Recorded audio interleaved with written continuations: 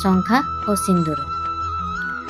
ଶଙ୍ଖା ଓ ସିନ୍ଦୁର ସବୁଠାରୁ ଶ୍ରେଷ୍ଠ ଭୂଷଣ ଅଟେ ନାରୀର।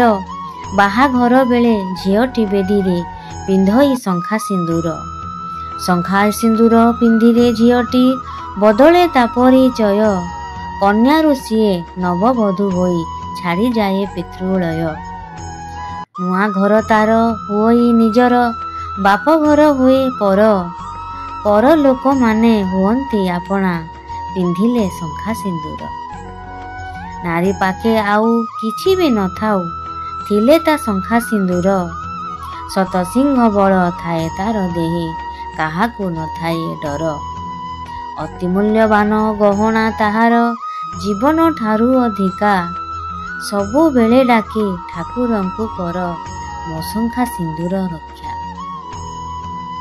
ନିଜ ଜୀବନକୁ ବଳି ଦେଇ ଦିଏ ତା ଶଙ୍ଖା ସିନ୍ଦୁର ପାଇଁ। ସମୟ ଆସିଲେ ପର ହୋଇଯାନ୍ତି ନିଜର ଯେ ବାପା ଭାଇ।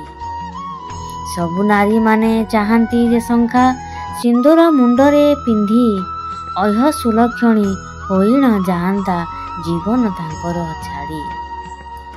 କାହାରି ସପନ ହୁଅଇ ପୂରଣ, କାହାର ରହେ ଅଧୁରା। ନାରୀମାନଙ୍କର ଅଟଇ ଭୂଷଣ, ଶଙ୍ଖା ସିନ୍ଦୁରଟି ପରା। ଦୁଇ ପଟ ଶଙ୍ଖା ଟୋପାଏ ସିନ୍ଦୁର, ସବୁଠାରୁ ମୂଲ୍ୟବାନ। ସେତକ ନଥିଲେ ନାରୀଟିଏ ପାଇଁ ହୋଇଯାଏ ସିରିହୀନ।